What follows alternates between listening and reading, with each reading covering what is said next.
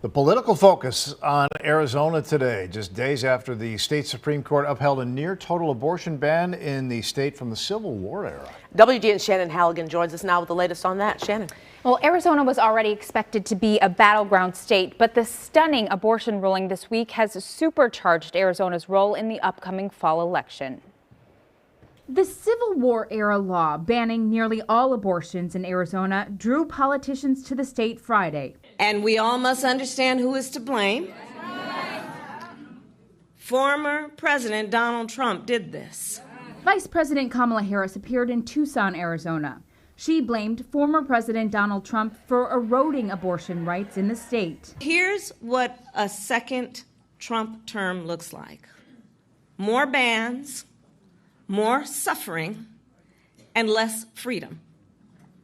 Just like he did in Arizona, he basically wants to take America back to the 1800s. The Arizona State Supreme Court ruling earlier in the week upheld a law first passed in 1864.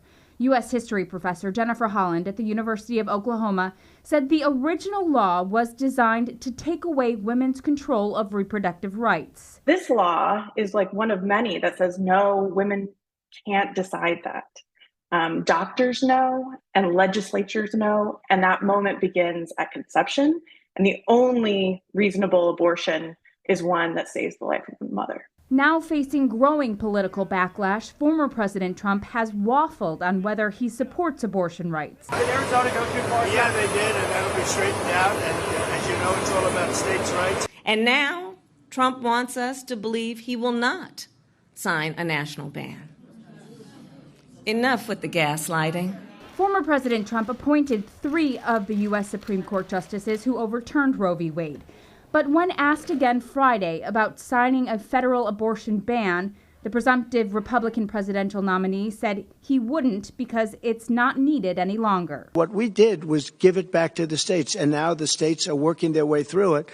And you're having some very, very beautiful harmony, to be honest with you. You have some cases like Arizona that went back to like 1864 or something like that, and a judge made a ruling, but that's going to be changed by government. They're going to be changing that. I disagree with that.